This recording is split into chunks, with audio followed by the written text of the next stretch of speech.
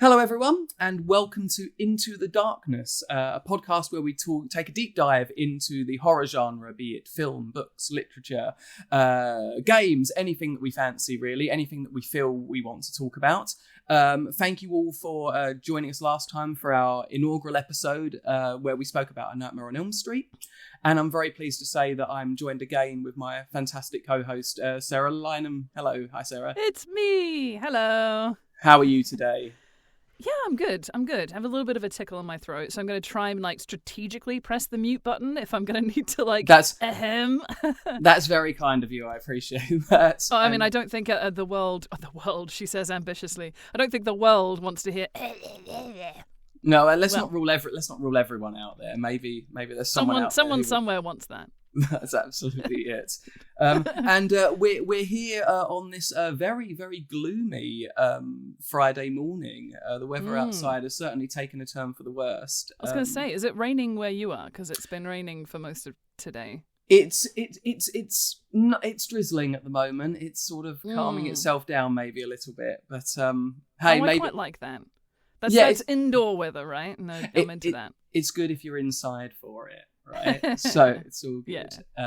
Yeah, And maybe it's a good mood setter today because today we are talking about a film that I really, really love. And when we were discussing what to do for the next episode, you suggested this film, and I was really excited that you did because it'll be really good to talk about. And it is Robert Eggers' debut film, 2015's The Witch.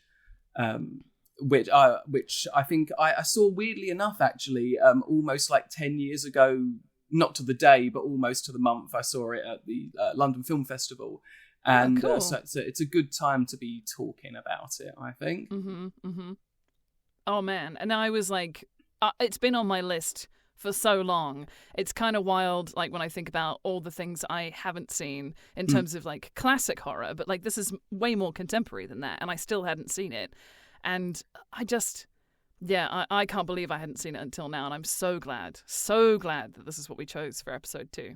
Absolutely. There's so much to talk about around the film, not just to do with its plot, but the themes, the way it was crafted, the way it was made, and the way that it really almost immediately cemented, the filmmaker and, the actors in the film as people that were really exciting and to watch out for. I thought that what we might do before we start discussing the film is actually hear a little excerpt from the screenplay of The Witch, because I think that would be a nice way to begin our chat. So I'm just going to get this up here now. This is at the beginning of the screenplay, and it's written by the director Robert Eggers.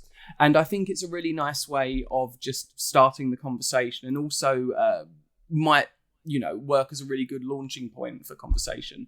So I'm gonna read this for us all now. So, to the reader, this is a tale of witchcraft, told as a simple family of 17th century New England might have believed it to be. All of their folkloric and religious beliefs in this film are true. It was inspired by various folk tales, fairy tales, and recorded accounts, journals, diaries, court records, etc., of historical witches and possessions from New England and Western Europe before the Salem outbreak in 1692. Much of the dialogue, in fact, comes directly from those sources. It is essential that all aspects of the film be carried out with utter naturalism. The characters must appear as real farmers, not actors with dirty faces. Even the supernatural elements must be photographed as realistically as possible. Yet with all this authenticity and realism, it is still a folk tale, a dream, a nightmare from the past. Ooh, so that's cool. Yeah, it's fantastic. Sorry, isn't it? Whose words are those? Sorry, that's Robert Eggers, the writer and director of the film. Oh, and man. What I think it does really nicely is that it sets up, number one, that this is a film that should appear naturalistic, and really is an almost perfect success in this way. It's the most authentic looking film and sounding film, really. But that it is, despite those things, or maybe alongside with them, a folk story. That it contains elements of the supernatural and of customs and ideas that are other, really. Yeah. I think with anything that's set in a sort of historical setting, period drama, anything like that, the minute it isn't honest or true to itself in terms of authenticity, I think it really sticks out. So the fact that they're able to achieve that really early on, and we're like, okay, great, like we don't have to worry about whether or not it's going to be an accurate representation of that time. We're able to literally fall into that world, and we are, back in New England, back in, when is it set? 1630, I think. The idea is that it'd be around 1630. So yeah, absolutely. I heard actually that apparently some of the timber or wood that arrived for the film didn't have it had more modern sort of cuts or markings on it, and so they redid them so that there was absolutely no element of that there, that it all felt completely authentic. And yeah, that attention to detail, as you say, you don't have to spend any time getting invested. You're just there immediately. Exactly. And I think that really brings us to the way the film does that right at its very opening, which is, it comes up the title and then the subtitle, A New England Folktale, I think. Mm-hmm. And then we hear this music in the darkness before we even see anything, Oh man, I keep oh man is like my phrase for today, because it was so in general so affecting in every single way, and I just thought the music in the opening was incredible. Was it a hurdy-gurdy? Was that the instrument? Or... I would think that you may well be onto something there. I don't know exactly the instruments that were used. I do know that they, as you would expect, that they picked as much authentic instrumentation as they could. I also think they used some drone in there as well, because we all love a bit of sort of droning sound. But I'm sure it was replicated through using authentic instruments. Yeah, but it was wild. Like you knew it was so setting of the tone straight away, and it sort of melded into this world, and I think you were just able to be captivated by it as soon as that very first piece of music was playing. Yeah, brilliant. Yeah, so good. I completely agree. And then we see our first imagery of the film, which is what looks to be a meeting of families in a Puritan community in New England, and what we discover is that William and his family appear to have a disagreement with the community, that maybe the community is not practicing its faith in a way that William and his family feel that it should be being practiced. And this disagreement leads to them being banished from the community, and we see them leave, and after a period of travel we see them settle in where they're going to build a farm near this wooded area. Yeah, it's that whole first sequence. I think the music, I'm a big fan of any music that actually invokes a sort of sense of something. But there's continuously throughout it, and straight away, obviously, as well, this sense of unease. It's really unsettling, starting off something really confrontational. Like it's them fighting against church representatives, but they're saying, no, we're in the right. We're religiously, we're correct, which is strange to be saying to seemingly sort of an authority figure, and then them getting banished as a result, but still believing that they were in the right. Like there's this whole kind of arrogance happening, which isn't kind of really in keeping with what you would think someone of a religious background should have. Yeah. So I thought this would be a good point to maybe give a little bit of a background about the Puritan faith and why the family and the community are in this situation. Back in the UK, back in England, prior to this, there was a Reformation within Protestantism where they decided that they wanted to remove all of the sort of ritual and extravagance of Catholicism that had found its way into Protestantism within the Church of England. So Puritans, meaning what it sounds like, meaning a pure version of their faith, wish to remove the sort of pomp and bombast of Catholic teaching and focus on a more pure version of Christianity. Mm-hmm. This led to backlash from people within, the authorities within the Church of England, because they didn't really like the fact that people were saying that the way they were teaching their faith was incorrect. It led to persecution towards the Puritan people. And so at some point, beginning, I believe, in the 1620s, Puritans made their way from England over towards America, to the New World, and to New England, where they settled. And this is what would have happened to all of the people at the beginning of this story. And William and his family, they would have come over as well. And then when they get there, they decide that even within this new community, they're still not going far enough with what they believe is the way they should be behaving. And that's where we find ourselves, why they leave their community and why they end up outside this forest. Yeah, they do seem to have a very, very extreme version of what they want to portray religiously. It's interesting that they feel the need to sort of branch out. Like, that's the degree. They're like, there's no way. I mean, I know that they do get banished, but I feel like they're kind of willingly banished. Mm-hmm. I feel like they're obviously they disagree. So I think it probably wasn't much of a push to say, well, maybe you should go do your own thing, and they probably went, yeah, we will, and we'll be the most pious, we'll be the best religious people you've ever met. Like, this kind of, yeah, and that in and of itself kind of seems anti-Christian. Not that I'm not my religion of choice, but it still seems like fundamentally, like, surely unity is better. But I guess we then see what happens to them as a result of being out on their own. Well, this is it. It's actually something that I think we'll come back to this very, very soon, actually. But there's the push to be as I guess the word would be pious as possible. Mm-hmm. I hope that's the right word. It is in and of itself, as you say, it's a bit performative. It seems like push it until it.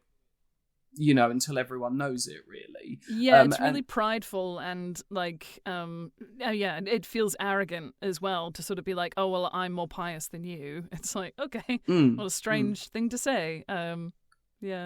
Yeah, for some reason was thinking of the really weird reference, but in the Weird Al Yankovic Amish Paradise, I'm a million times as humble as thou art. There you go. Yeah. I'm the most this and that. Yeah.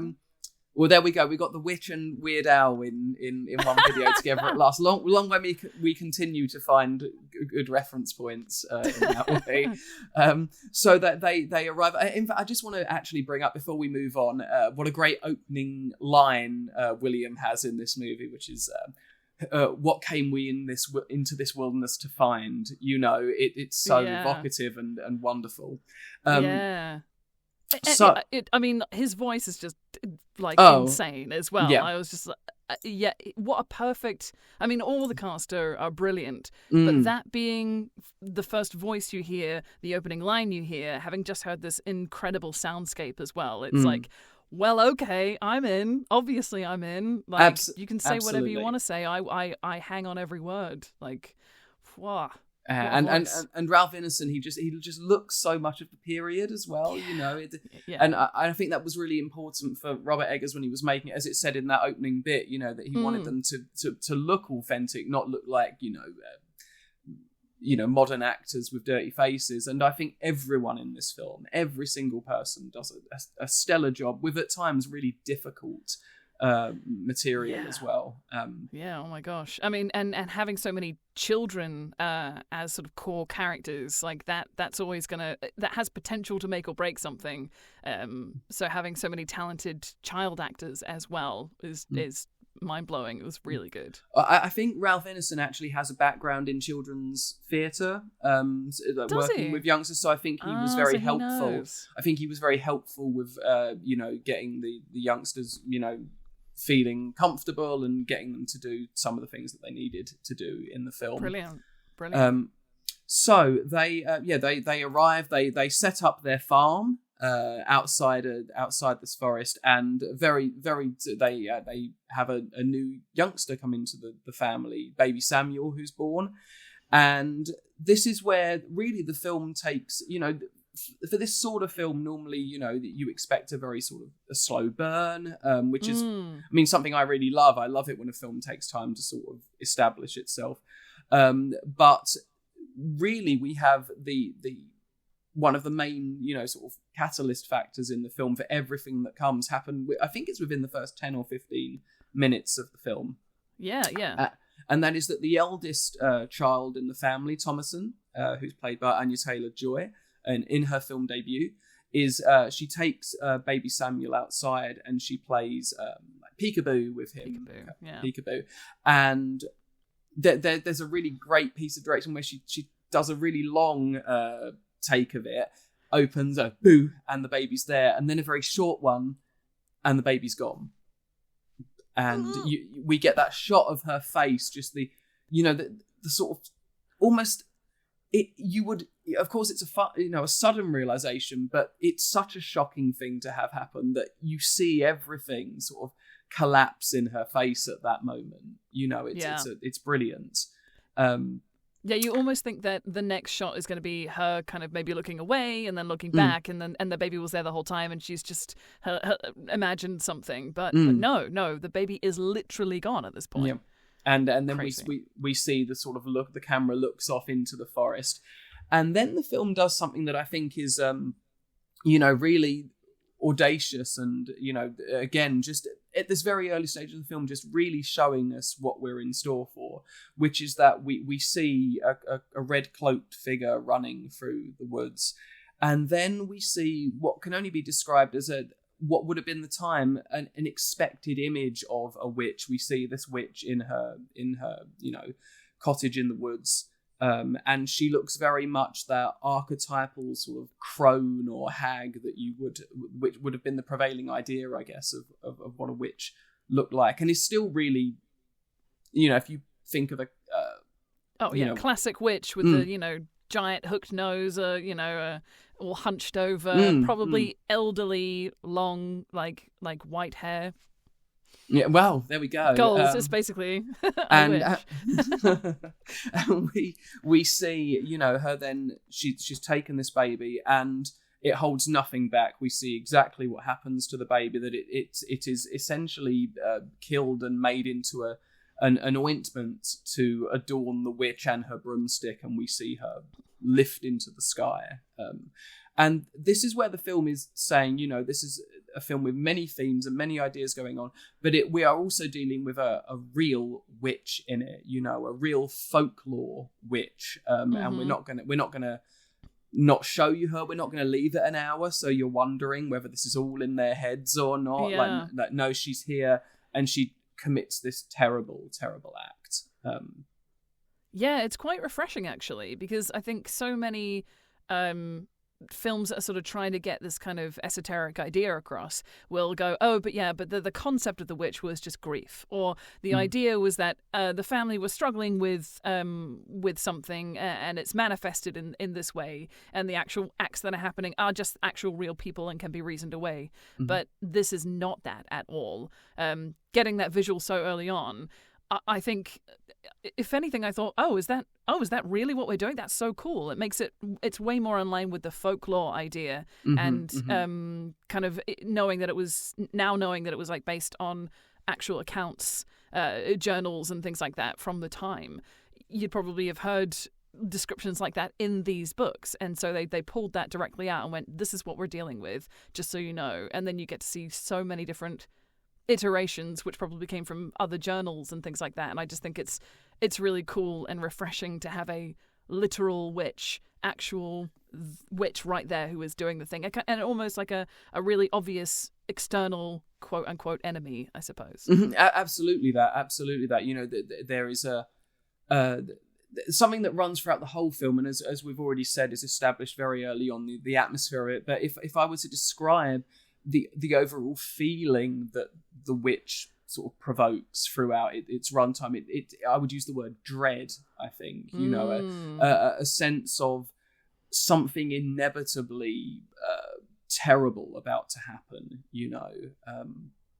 and that I think is, again, another way that is really cemented early on, is to show that, the horror of this.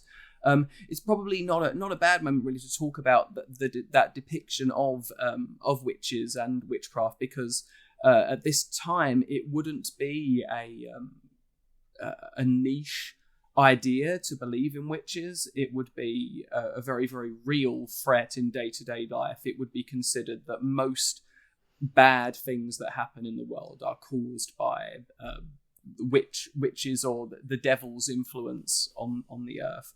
I thought it might be nice to have a little excerpt here from an article that is within the booklet of the Second Sight restoration of the witch.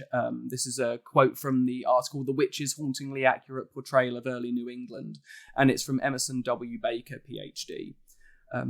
Here we go. During the Great Age of Witch Hunts, 1400 to 1775, religious upheaval and warfare, political tensions and economic dislocation led to waves of persecutions and scapegoating in Europe and her colonies. This resulted in roughly 100,000 people being tried for witchcraft and 50,000 executed. Witches were all too real in the 17th century. In a time before the age of science, all believed in God, as well as in the fact that he had given power to the devil as a test for mankind. Witches were minions of the devil who used his power to unleash sickness, misery, and death across the land. That's great. I love that. That aligns so perfectly with what the film does. I think there's several moments where they're talking about why they suspect Thomason, and even young Mercy is like rattling off things that she would have done. The fact that even the children know this part of the folklore, or this, well, I guess it's not really folklore for them, this part of their religion and their beliefs. Even the sort of dark, sinister side is taught to them so that they can accuse or identify, is probably a nicer way of putting it, but they can also be the ones that see something happening and go, oh, that's witchcraft. And also, I think the mother identifies moments of witchcraft as well. So it's clearly something that they all get taught so that they can identify it because of this kind of level of realism for them. Absolutely. And what's really interesting is, I think nowadays when we tend to tell stories about witchcraft, we tell what would have been the reality, which is that these were, people, almost exclusively predominantly women, who were accused of things they had absolutely not done and weren't capable of doing, and had, terrible things done to them. They were tortured, they lost their lives. And this is it's a stain on history, what happened. It's a dreadful thing. But that isn't what we're dealing with in this story. In this story, the witch is not a wrongly persecuted person. She is an ambassador for this very Christian idea of the devil.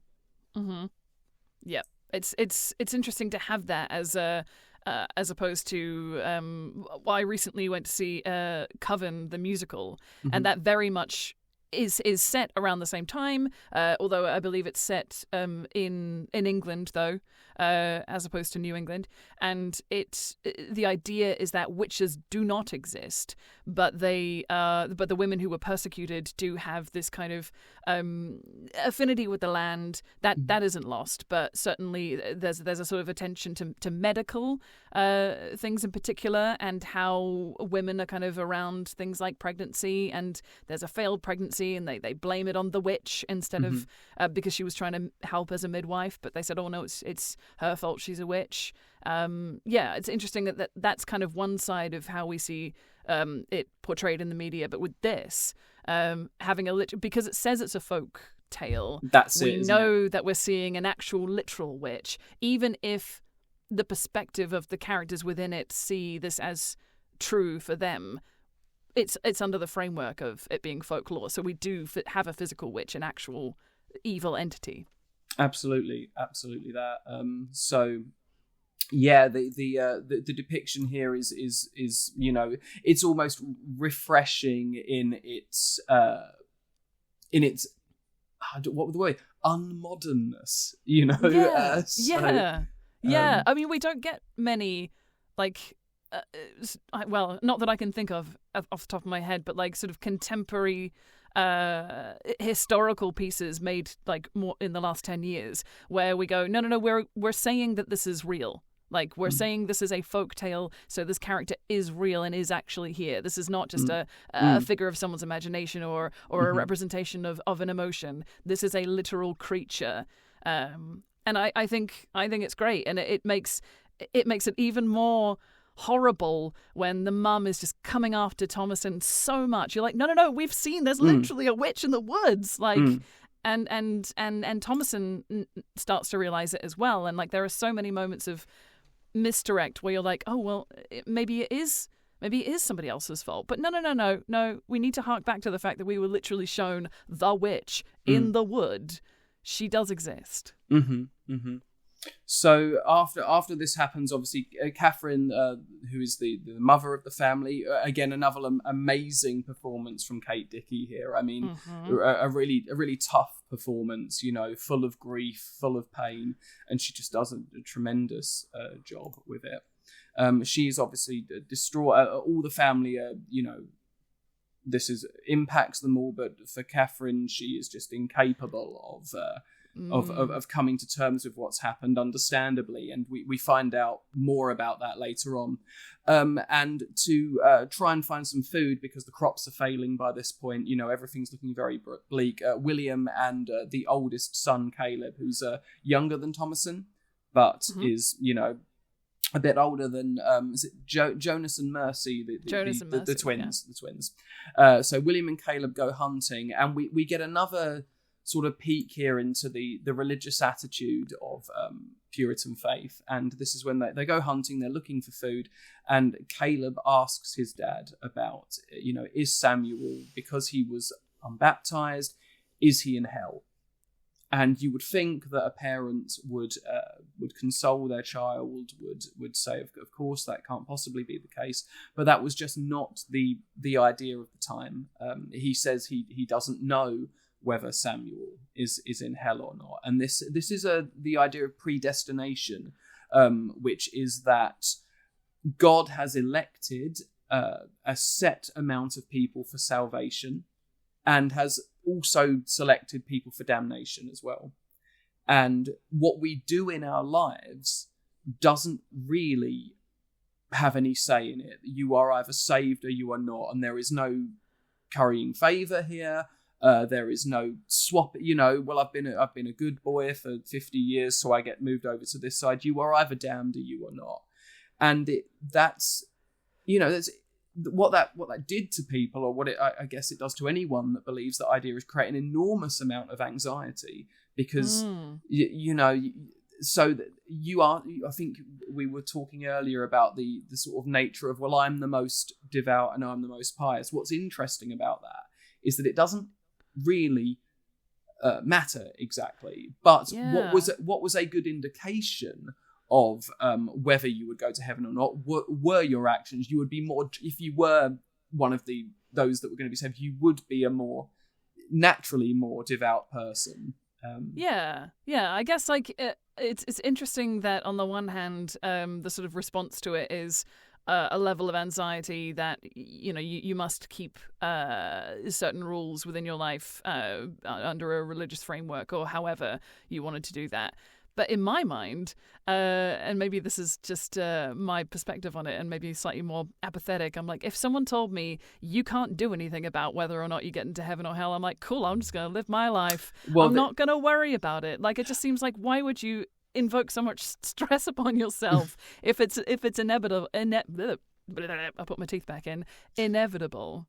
Yeah, I guess what that means, Sarah, is that you wouldn't be one of these. You know, I'm going to hell. If you have that natural, that was sort of it. Was if you had a natural predisposition to sin, which they also believed everyone does have. You know, you are born of the sin of Adam and Eve. You are born a disgusting, disgraceful sinner, and are worthy of hell from the moment you're born. But God, in his grace and his mercy, has said that some of us, that doesn't happen to. But it would be indicatable in our actions. So, yeah, saying as I guess we both would, well, if it's going to happen either way, let's just have a good time, would mean that the decision was probably weighing in, not our favour. If indeed heaven was the yes, was if that the was the goal. So, which yeah. So each to their own. Each to their own. Yes, absolutely. They we might run out of room otherwise. So they William and Caleb, they see a hare. They try and shoot it with this, of the time very unhelpful gun or rifle. The hare runs off. There's also an element of any animals in this film. Interesting, that you think about sort of nature being something created by God. Yeah. But all of the animals in this film are at the very least familiars, right? Yeah. So I didn't know. Obviously, the hare is a reoccurring figure. I think a representative of the witch, or potentially just a minion or a familiar, as you say. For some reason, it hadn't even occurred that there is a connection. But I guess there's that whole kind of when you think of Ostara, there's the connection between the hare and sort of spring and that affiliation with paganism and witchcraft. But like it didn't even register initially. I was like, yes, food. That's what they're doing. Yeah. But then when you see the hare come back again later, I'm like, oh no, I see. Maybe it's it's almost like an enticing come further into the woods. To kind of take them away from safety and and because they're basically starving because there's no food. It's the perfect kind of temptation to get them to come further in, and I would presume, I don't know how much in terms of the Puritanism, whether or not there's like any dietary stuff with it. So I wonder whether there's an added level of maybe you shouldn't be eating too much meat. I don't know if there's any sort of alignment with that. I don't know. I actually don't know about that, so I probably won't hazard a guess. But I guess it maybe not, just because it's maybe in that time period, it like all food is good food, essentially, I suppose. I would think there would be more of an emphasis on not just at this point just getting what you can, really. Not overindulging. Sustenance over gluttony. I suppose. Well, I mean, food is used in another way to show, as you say, sort of humbleness. There, they say at one point when they're around the dinner table later in the film, says, "We'll have a fast day tomorrow," and obviously that's meant to be this very, well, we're going to be thinking on God tomorrow, but actually it's just being realistic. It's a way of saying to the kids, we haven't got any food, and this would be a really sensible, unpleasant but necessary thing to do right now. So they don't manage to get some food, but William does reveal to Caleb that he has sold Catherine's silver cup, which her father gave to her, and he sold it to get the equipment that they're now using to try and find some food. And of course, what we see here is a very clear example of the hypocrisy of what's going on. Or rather, to be maybe kinder to this family and to the community at large, the impossibility of living up to these standards that people have drawn for themselves. That we are. The writer Christopher Hitchens had a quote about the sort of the demands made within the Christian faith, or indeed, almost certainly not exclusively to Christian faith, where he said, we're created by God sick and demanded to be well. And that is really a case of what I think a good case of what you're seeing here is this expectation to be superhuman when we're people and we make mistakes and we do things that are maybe against what our values say at times. Yeah, I think that kind of is represented a lot throughout the film. Various moments where people of the members of the family know that they shouldn't be doing something, and then they do it anyways. Of various representations of cardinal sin being done like over and over. I mean, William being proud of how pious he is, and the sort of lust that you see through Caleb, which is just quite unsettling. The levels of wrath that the mother gets to, and at times kind of almost like an envy towards Thomasin as well. Yeah, I feel like almost all of them are represented in some way, and even with the twins, this kind of strange. Like Mercy is quite wrathful as well, and when she first is accusing Thomasin, and I mean, I guess you could say Jonas never does any work, so he's got sloth. He's the sloth, not the sloth. No, I think you're absolutely right there, and an interesting one actually, which we probably should have spoke about earlier, when Caleb and Thomasin are at the fetching water together, and that we see the way, and when he wakes up in the morning and he looks, and you can sort of slightly see under her top. You can't really see, but it's an innocence, isn't it? It's an innocent thing of this young guy who's told to not feel this way, but there are no other people around. The only person he has who he can look at and see the sort of burgeoning of his it's hormones and the age is his sister. It's a recipe, even without the very real hovering of the witch and the sort of devil's influence. This is all it's a recipe for disaster, isn't it?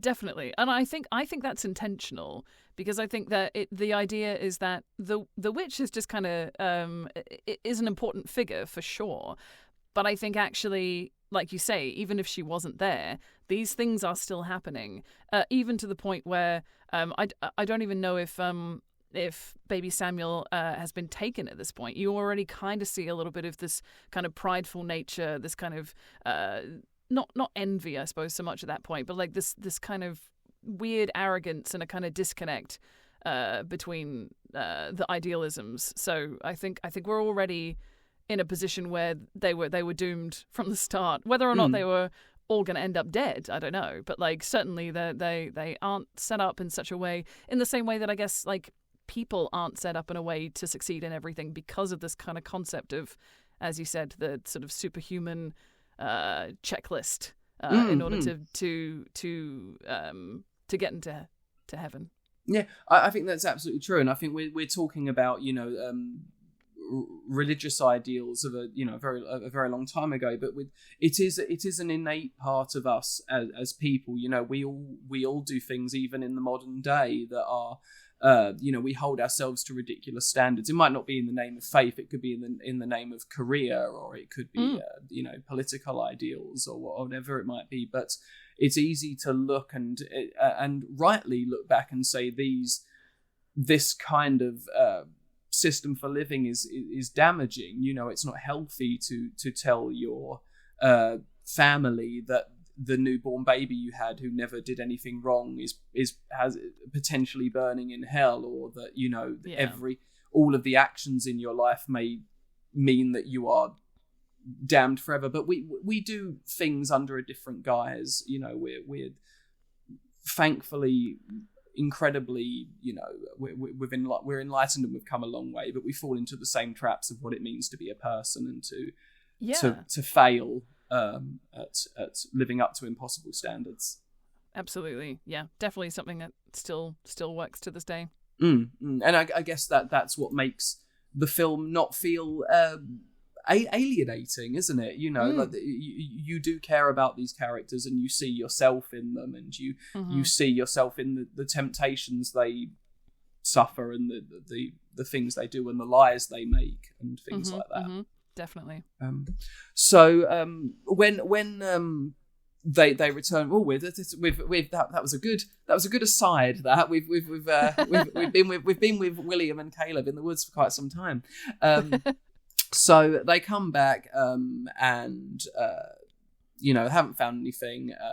There's things start to fall apart within the family unit. We also see that Jonas and Mercy play with this goat called Black Phillip. Who's currently behind me at the moment, just sort of watching on, and there's all this insinuation throughout that Black Phillip speaks to Jonas and Mercy, that they have this strange relationship with him, and and that again, maybe at this point, because you don't know the end of the film, maybe this is another familiar, but again, it's another sign of nature being part of the corruption rather than part of the help that could come to the family. Yeah, I really liked that there was a black goat piece of imagery. Like, what a great choice and representation for the devil. But honestly, and I think maybe just because I went into it very, very naively and not really knowing what to expect, aside from knowing that it was called The Witch, so I was like, oh, maybe there's a witch. But like I hadn't even thought that there might be a devil or a satanic representation through a goat or any goat.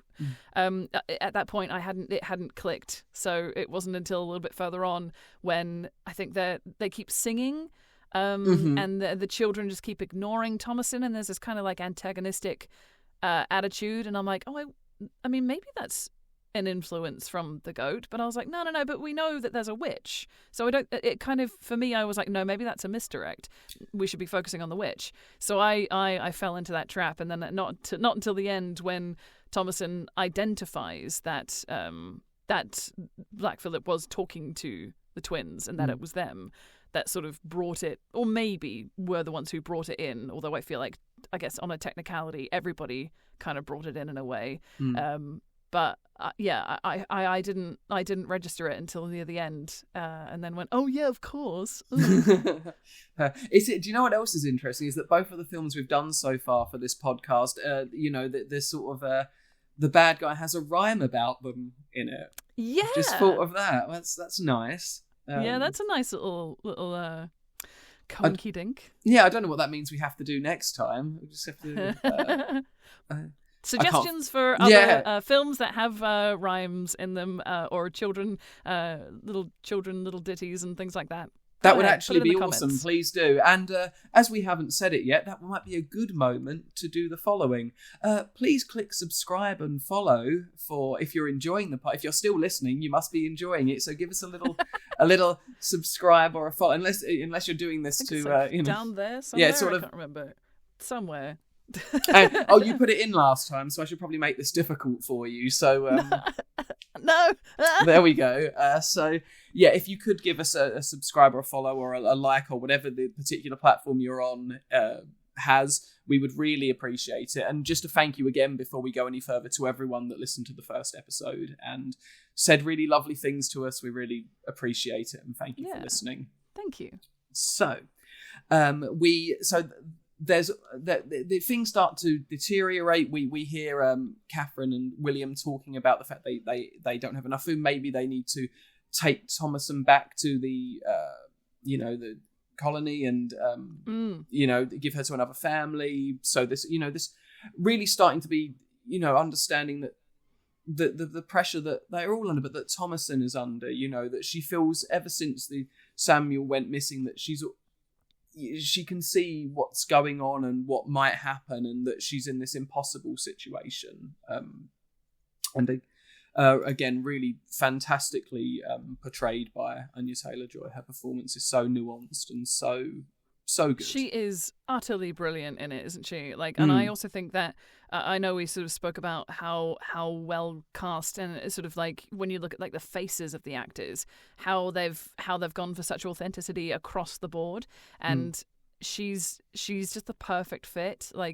And I was trying to remember whether she is English or not, and I don't think she is. I think she's American. I think, or am I making that up?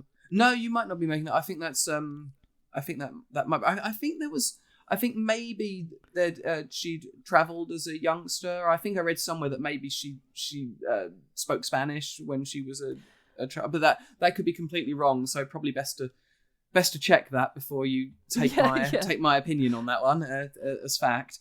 But yeah, I think the reason why I mentioned it is because like I think the performance, like if you're not working in your native accent, it can be quite taxing to still maintain an accent and maintain that level of performance. So if she is in fact normally when she speaks in an American accent, that was like brilliant to see her.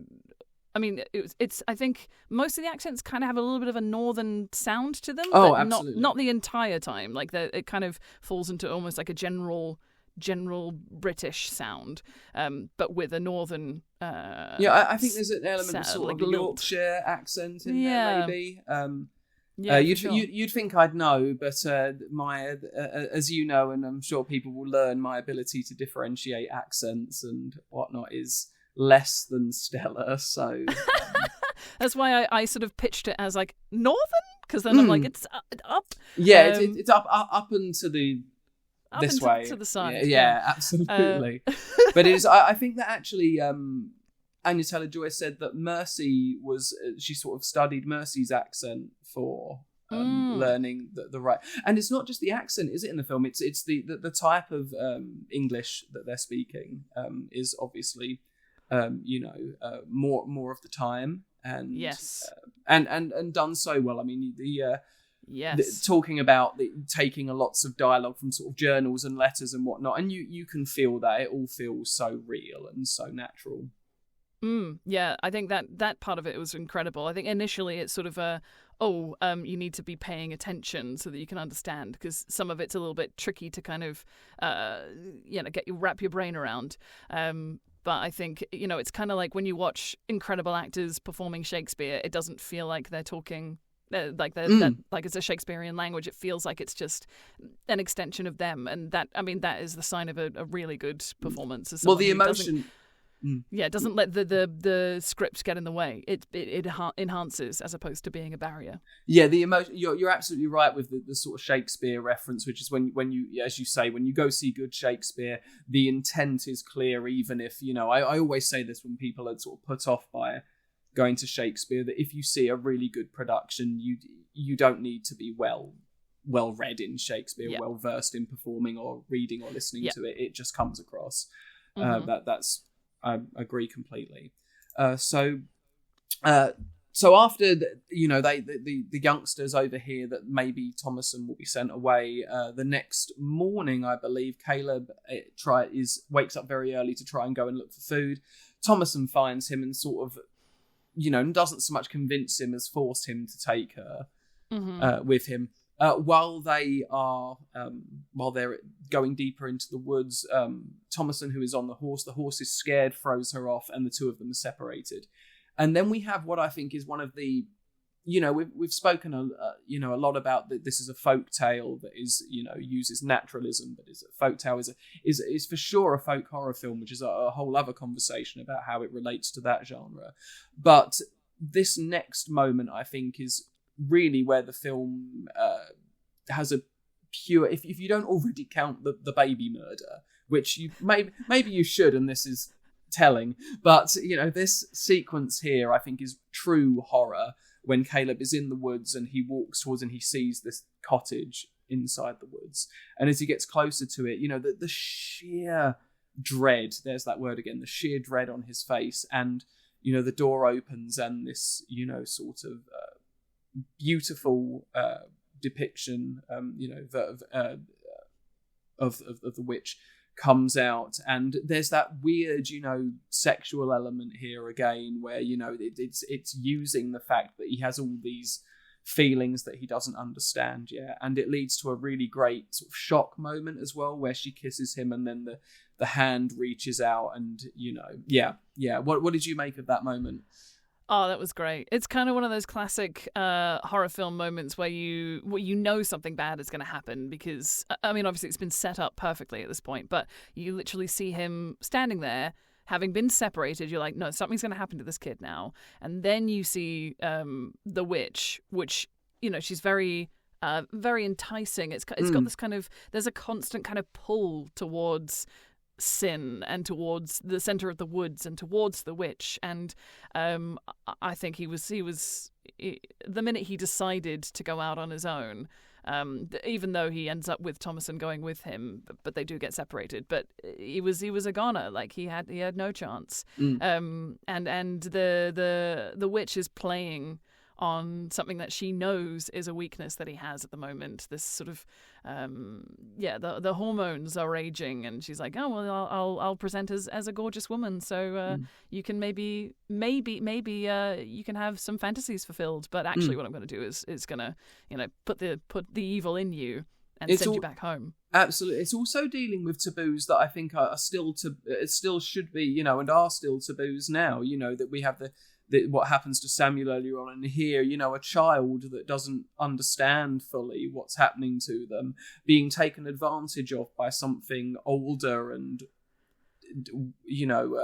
more aware and more powerful than he is. There's also they also obviously are going looking for. We sort of didn't mention this, but they're going look.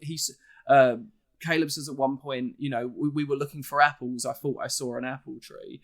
And later on in the film, when he vomits an apple, and of course, if we're talking about Christianity and religion and corruption, it's the Garden of Eden. It's what Adam and Eve are tempted with by the serpent.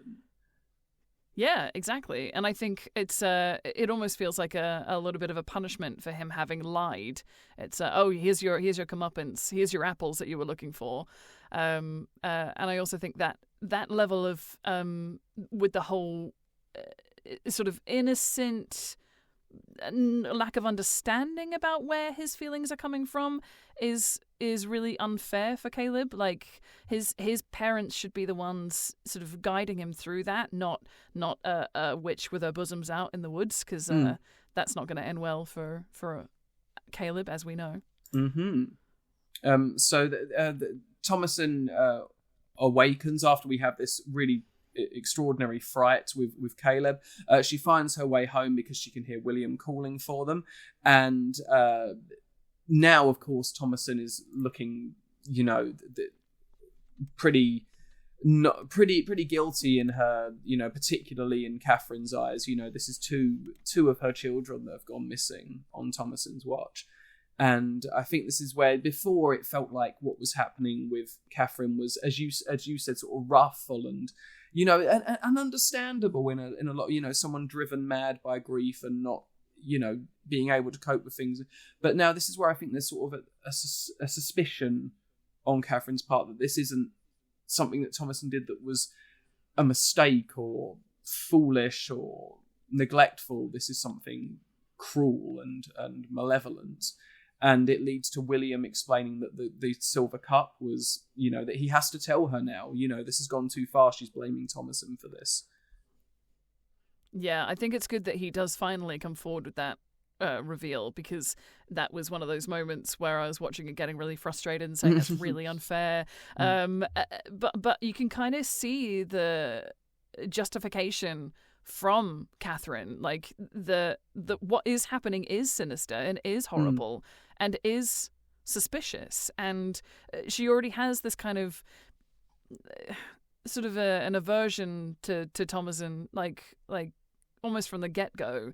They don't seem to be very well connected in terms of their relationship, and it doesn't take much for the rift to kind of widen and for the finger to get pointed her way. And I also think that may be partially due to the fact that she's older, and the mother would probably not suspect the Mercy and Jonas just because they're young and seemingly innocent at this point, and just being kids, whereas Thomasin should know better, and that's sort of the vibe. And there's so many levels of it being unfair, but also like you can kind of see where Catherine is coming from, and that makes it frustrating. But like in a good way. Like I'm not saying I don't like being frustrated. That's the kind of response that you want from that. Is that like, I get it, but stop it. Yeah, it is frustrating, particularly when when as an audience something that the characters don't know. I think as well that it does just show you the well-roundedness of these characters, and that even when what they're doing is, unreasonable or at times just downright awful, you can get it, when you contextually put this story into its time and its place, and the pressures that these people are that where, if the crops don't grow, if your children don't behave in the way you expect, if you're if you're not favored by the god that you have devoted your entire life to, things are just not going to end well, and it's an impossible situation to come out of, and without a blemish, let alone what happens to these characters.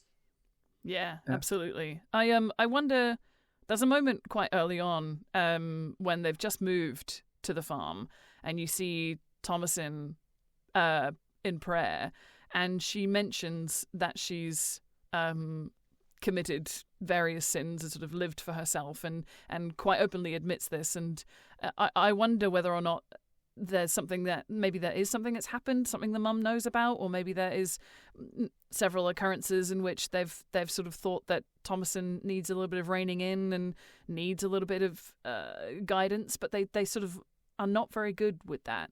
It's the level of the strict nature of it, and the sort of go back to that sort of checklist, that sort of superhuman element that you have to aspire to, just seems so unattainable, that even if you're maybe just being human and committing a couple of little sins here and there, that's it for you. Like there doesn't seem to be any way to redeem even in prayer. No, and I just wonder whether or not there was something that happened that we don't know about. There could well be. I mean, they speak a little bit about before, don't they? When they were in England, but it's very brief. And I think actually Thomasin mentions it to Caleb, and he doesn't remember really. He says, "I remember the situation, but I don't remember the father. What William was doing that Thomasin is mentioning." So there's of course this is a family with a history before they came to New England, and towards the end of the story, tragically, Catherine says, "I want to be home," and William says, "You are home." He says, "No, back in England, this is wrong. Something is wrong." And on that point, there's a really interesting idea that I saw that was mentioned about the film in general, which is that this is, as we've said, this is a folk tale. It's a folk horror film amongst other things. It's but normally the sort of rules of a folk horror film are that you come into contact with a community or an area or a landscape that has these particular ideas and notions, and they come into conflict with maybe a more modern idea or a different set of ideas, and that's where the horror lies, in that conflict between the archaic and the modern. What's interesting about The Witch is that the landscape that this film is set in is not the one that these horrors would exist within. The ideas of the witch and the devil are ideas that have been imported along with this community to America. They would not have already. So, what does that mean exactly? That they've brought that. The witch would not have naturally been found in these woods. This is a place, where. Yeah, that's. I just think that's a really fascinating idea. That you are dealing with horrors from back home, as Catherine means it, rather than natural to the landscape. Yeah, I wonder whether, because it feels like from the sort of folk tale perspective, it almost feels as if this woods is haunted and has a sort of bad aura to it, and this witch has always lived here.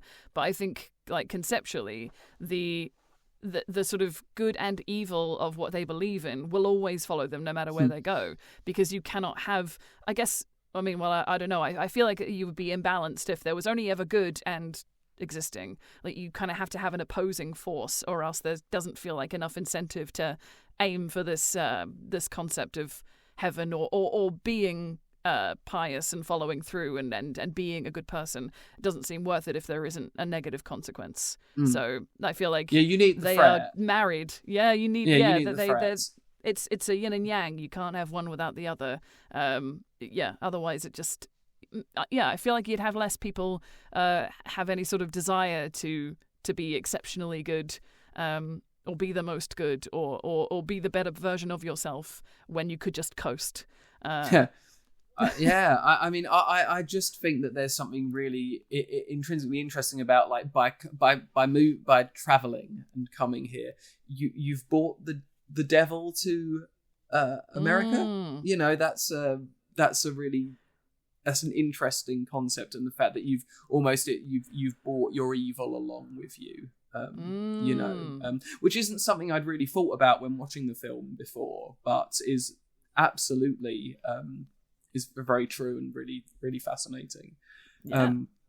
So later on, after a period of, Caleb being missing, later that night, he turns up back at the house.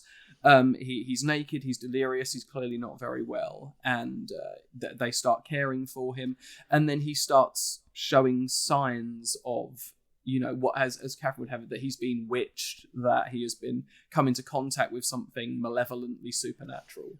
And this is where the accusations really begin. Earlier in the film, Thomason sort of after Mercy says some cruel things, Thomason scares her by saying, "I am the witch of the woods, I did this, I did that." And now Mercy uses that, weaponizes it against Thomason and says she's done this. But we've also seen Mercy and Jonas talking, communicating with Black Phillip, and that is Thomason's rebuttal is, "Well, it can't be me. I've seen them doing this," and it leads to this really intense dynamic at this point. Yeah, and then they pretend to not be able to. They pretend that their prayers are being blocked by Thomason, and there's a whole kind of elaborate nature to it that, when you think about it, I'm trying to think how old these children probably were. I don't think they probably play a lot of make-believe and have pretty good imaginations, but I'm sure that would have been something that's being whispered in their ear.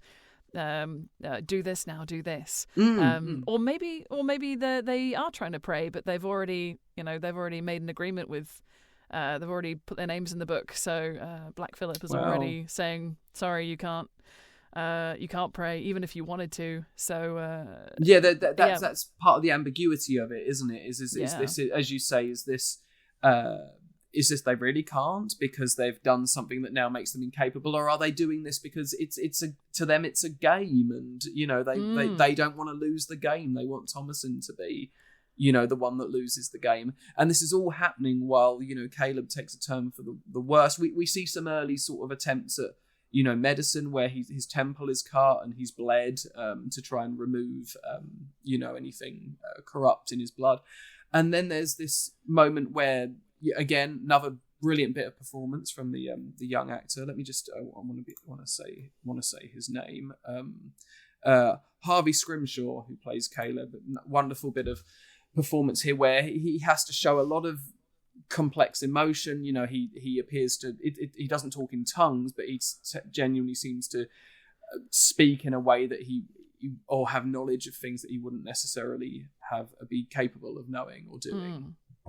Yeah, it's such an incredible, disturbing section to watch, and I just think the performances, again, Caleb, it's mind-blowing that someone so young could execute that in such a way. And there are several moments throughout the film where I was, I don't think I was breathing for a long time, or I was sat right on the edge of the sofa, or my mouth was literally just open, and I'm like, okay, I need to get back into the room. But yeah, my goodness, what an incredible, striking moment. It's the writhing and the sort of all of it. Yeah, and then there's good. And then there's this sort of what appears to be sort of a call out to God or some sort of prayer, and then Caleb dies, and it's just the worst thing that could happen at this moment. There's all this drama, and it comes back again to this, as you say, you sat there, were you breathing? Did you know your every time I watch this film, it just takes you on this journey, and it's one of those films that gets you in the gut, that really holds you there, that something really awful is happening and you can't. I think one of the reviews when it came out was along the lines of, feels like something you shouldn't be watching, and it, you're seeing this terrible, theological, religious trauma happening and physical trauma happening to these people, and it really does get its grip on you. So we have these accusations against everyone. I think in the end, after some real sort of intense family drama scenes, William decides that he doesn't know who to trust of his children, and so does the only thing he could, which is to lock all three of them in like the barn with Black Phillip, because I certainly couldn't see any other way around this. I mean, I guess fair enough. Like, I'm glad that he doesn't just jump on the "it's definitely Thomason" bandwagon, and I think he still wants to believe that it isn't his children. But also he has to sort of placate and deal with Catherine and her accusations, and it was probably really difficult for him to navigate, I'm sure, like, whilst also needing to be the one who makes the decisions and figures things out, but he is struggling just like everybody else. It's obviously not a great call, but he didn't know that. No, I think it comes back to as well you say that he doesn't want to believe this, even though at one point when she's sort of begging with him, he just I know, but this is happening, and so it doesn't matter what you tell me. But it's you said earlier about pride, and I think he says the line, I raised no witch, that you can't, I don't want this to be the case, even though I might think it is. But then also, I couldn't possibly, not my offspring, that I didn't raise a witch. It's another. There's also a really just to skip. I think it's at this point actually. There's this really sympathetic moment for him where he's on his knees and he's praying, and he's begging God, do whatever, do as any parent would, I guess, do whatever you will to me, just spare my children. And he eats the dirt from the ground, as a form of penance, and it's really powerful. Yeah, I mean, masterclass. I just think he was so captivating in the entire thing, and sometimes you think someone that good could potentially overpower some of the other performances in the piece, but because everybody is on the same level, even in big moments like this, he may stand out, but like they all stand out. So I just think, it's remarkable and so well executed, not just by him, but like the decision to say, oh, and now you consume dirt because like that you need to be punished for something because you believe you need to be punished because that's what the rules are telling you to do. And that I don't think I've seen that as like a penance thing before. I don't know if that's a normal like thing that they would have done, but that was I think in terms of, as you say, with the performances, this is a real ensemble piece. This is, I guess, if we're going to be really sort of straightforward about it, this is Thomason's story. Yes. This is Thomason's story, and we are following, this young girl throughout her story of what happens to her family and how this impacts her and what she becomes at the end. But at no point does it feel like anyone is doing anything at the expense of anyone else's performance or character, and that's a balance of brilliant performances and just excellent script writing as well. So during the night, Jonas and Mercy, two really horrendous things happen, and Jonas and Mercy, while they are in the barn with Black Phillip and Thomason, they see something happening in the shadows, and when they get closer, it's the witch naked and feeding off of one of the goats in there, and she just turns to them and starts cackling and laughing, and they all start screaming.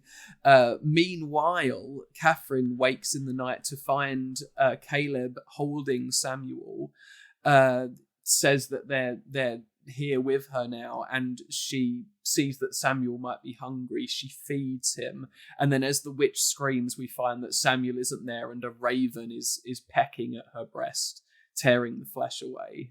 Before as she maniacally laughs in a both insane and satisfied way, You know, it's the real climax, I think, of the film here. Yeah, absolutely. The image of the raven pecking at her, that I think that's the moment where I was like, oh, I think my jaw has hit the floor, and it was really haunting, and the level of like delirium that she had got to, partially due to her grief, her anger, her suspicions, and just it's broken her, and it's really sad and really but that image is very unsettling, and the moment in the barn before that is pretty intense, but that particular image with that raven really got me. I was just I did not know what to do with myself, and that wasn't even the end of the film. No, and it's another example of, you know, nature is antagonistic. You know, it's another animal that has arrived to cause more harm, more distress.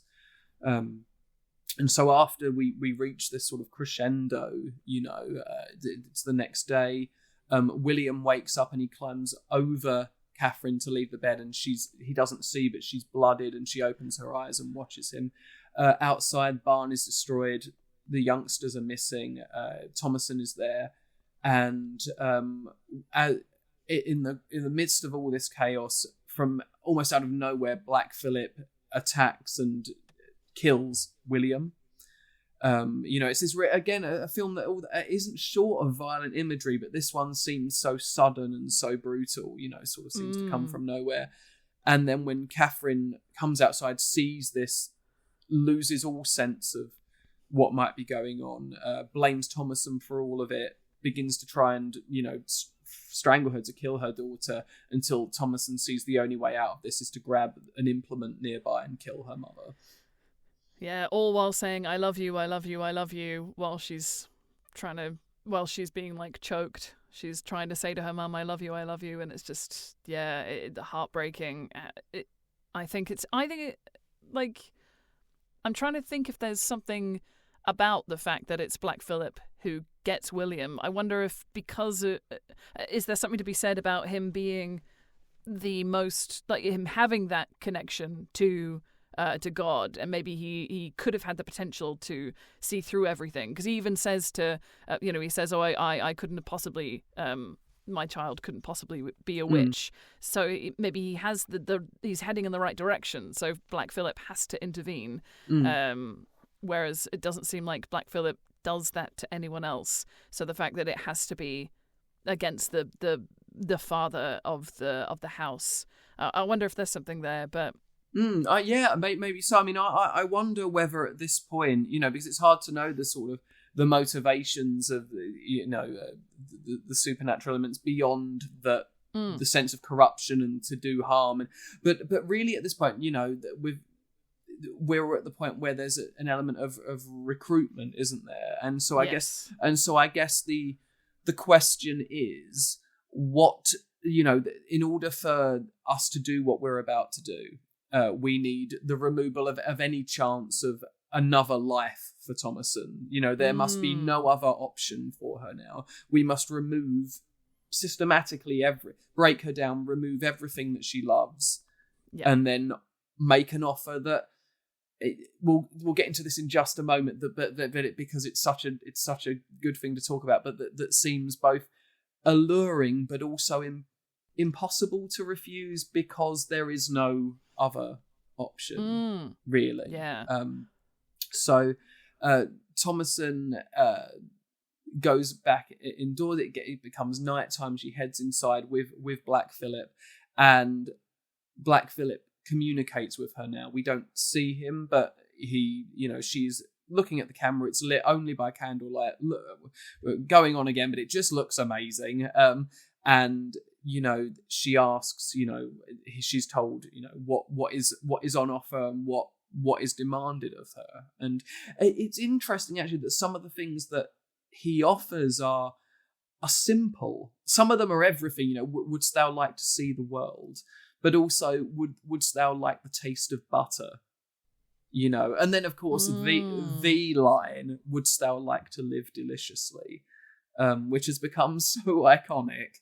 But essentially what Black Phillip, or what I guess at this point we would probably say is the devil, is saying, I'm offering you an escape from all of this, from the pain, from the sorrow, and not just an escape, but a good escape, a worthwhile escape for you. And all you have to do is sign a book. You know, all you need to do is, renounce that, whatever there is left of it now, and come over to me. And of course, what she does. What else is there? Yeah. I think, like you say, it does feel like it's sort of inevitable. She has lost everything, so she needs something else. I think also it's a bit unfair to prey on her when she can't even sign her own name. He has to guide her hand. Yeah. So she doesn't even really know what she's signing. That's textbook manipulative devilry right there. Yeah. But then, I guess in a weird way, sort of what we all kind of do now with terms and conditions, you know. Just scroll through. Yes, I agree. I've read it. As avid video game players, I mean, you know, every new game, it's okay, yeah, you know, and it's somewhat. I really thought about this time watching it, actually, that, you know, this choice seems so delicious, but what other choice is there? You know, you're not going to go back to the community. By the way, here I am. Sorry about the dead bodies back there. I'm totally trustworthy. You know. Yeah, there's no way that she could go back to town and not be accused of witchcraft. Basically. Absolutely, they'd do exactly what was being done to her right there. So maybe if you can't beat him, join him, I suppose. Yeah, there's a little bit in the back in that booklet I mentioned earlier from Second Sight that has these really wonderful essays about the film. There's an essay called "Into the Woods: The Witch as Folk Horror and Fairy Tale," and it's written by Sheila Rowan Legg. And she writes a really wonderful little piece here that I'd like to read just before we get right to the end of the film. And it's talking really about not just the end, but also the family situation in general. And she says, "But they're in the isolated woods, a place where God will not enter, the domain of the witch and the devil. And since their fate is allegedly sealed before birth, what does it matter what they do, as this witch and devil would have them believe by their actions? The witch prevents them from finding sustenance in animals. The devil's curse blights their crops. Their extreme puritanical beliefs drove them to this place, but the fairy tale creatures of humans transfigured into animals and the Christian counterparts of the witch and the devil hold dominion. In fact, William and his beliefs and those of the witch are the same. If salvation or damnation is already decided, what does it matter if a witch uses a baby's body and blood for her spells? Why should Thomason not live deliciously, as the devil suggests, if she is already damned?" Yeah, that's what I believe. So weirdly, we come back round again. This is if in the end you're gonna go to hell, you might as well make friends with the owner, right? You know, What other choice is there? So Thomason, removes her clothing, signs the devil's book, goes into what looks like what is a witch's sabbath in the woods, and we see the witches all gathered there. And there's one other. I know we've just read one bit, but there was just one other little piece I wanted to share with you, because I know something we spoke about before. Just briefly after we'd spoken about the film a few days ago, I said I was going to ask you a question when we got to this point in the conversation, and I wanted you to have already know what the question was. And the question is the end of The Witch a happy ending? Is it a happy ending? I think that's a tough answer, because I think it's maybe the concept of living deliciously is appealing and would feel like it's happy or leaning towards happy.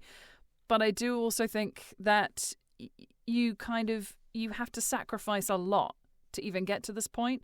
She had to literally murder her mother, who was trying to kill her, to be fair, but like she had to kill someone in order to be broken to the point where she was taken in.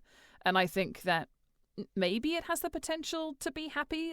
I think the look on her face at the end, it sounds like she's laughing, but she looks like she's in pain, and maybe that's partly driven by the experience that she's been through, and she's not quite at the point where she gets to live and fulfill her fantasy and have her best witch life.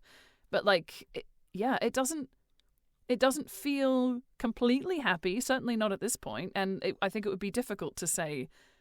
It would be difficult for it to be happy at this point. Maybe there's potential for it to become a happy ending in the end, because she's not sort of under the oppression, as it were, of the puritanical faith that she was brought up in. But equally, that was all she knew. So maybe this will be happier because she will have a bit more freedom. Well, freedom's a really good word, actually, to use here, because I think that when I first saw the film, because of like my sort of my interests and sort of ideals outside of the film, to me it felt like the removing of an oppressive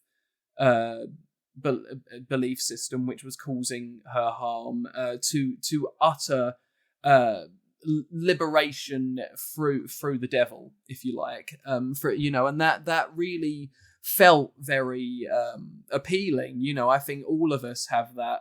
If we could make a deal to make our lives better, depending on the deal, but if it was just, if it's as arbitrary as, sign your name here,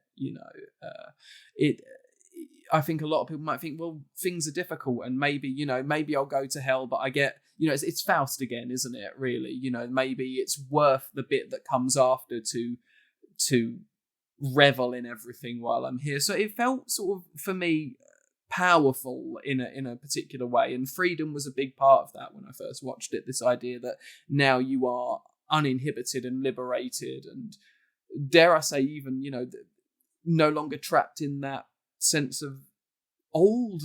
It's a more modern thing, to feel more liberated. Obviously, when you start to really think about it, you have to think about the cost of what she's been through. That people had to die, babies had to die for this liberation to happen, and that maybe the next time a baby's killed, it won't be another witch that's doing this. It will be you, Thomason. You will be called upon and made to do these things in the name of this devil. And I guess that's because the devil in this film, the witch in this film, is very much based around folklore from a particular point of view of what the devil is. I also think that, I totally agree. And I think that I don't think she would have maybe been able to, if the devil had tried to get her, to sign the book and to join the coven and to become a witch potentially later, I don't think it would have worked earlier in the film. Every single thing that happened to her had to break her down to the point where she didn't have another choice, as you said earlier. And I think with the whole potential, maybe she might be killing babies and bathing in them as an ointment at some point, could only really be brought about by her having taken a life already, and that's before she'd even signed the book. So she had to kill her own mother to get to this, to almost be at the point where her life was so bad. In theory, it can only get better from here. So I think there's this kind of it seems like the grass is greener on this side, but might not be. Yeah, I guess it really, the other question it comes down to is, I guess this is sort of it's not a question, actually. It was going to be, but then I'll phrase it a different way. If you are even likely to take this as an option, then you're not one of those that are going to be saved, are you? You know, you sort of know that you're never going to be within God's graces. And as that lovely piece that I just read out says, if you know that just by being in this situation that there's no hope of salvation, then go for it. You know, go for it. And also, you know, there's an element I think of and punish the God and punish the religion that has such rigid you know, ideals. Is this if this is what God is, then surely the other guy is a better choice to hang out with, you know.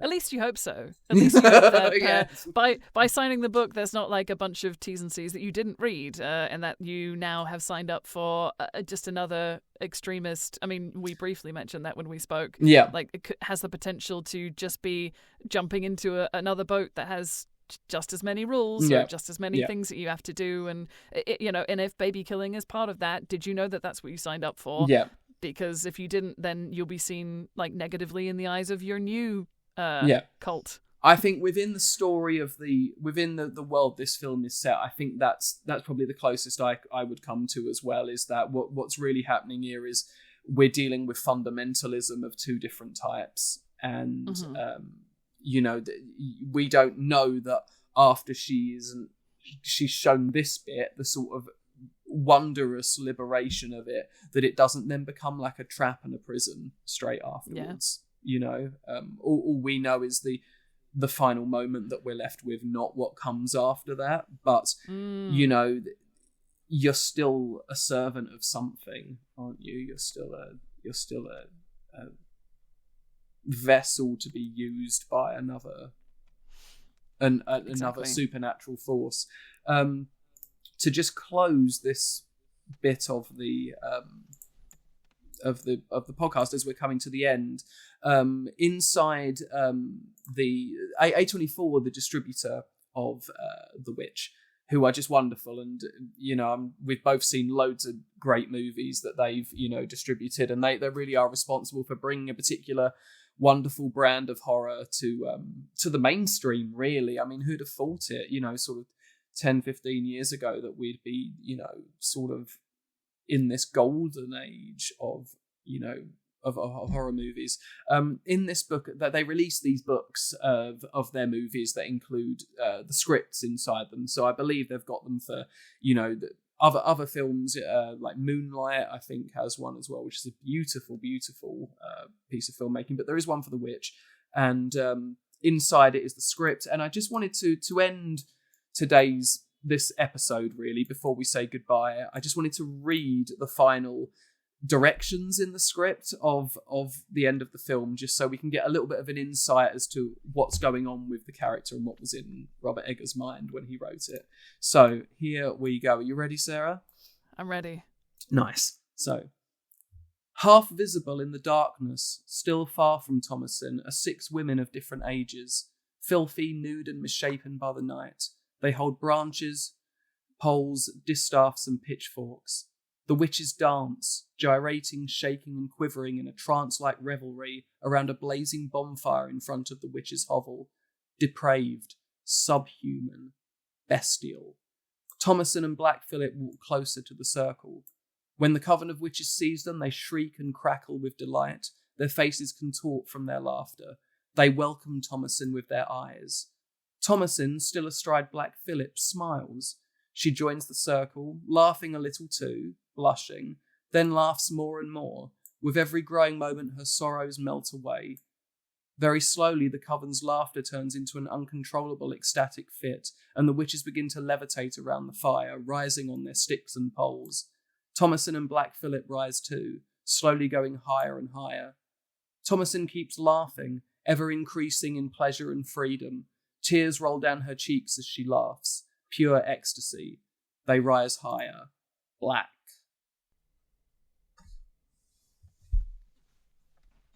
Yeah. So there we are. Good. Yeah. So good. So yeah, just a little. That's The Witch.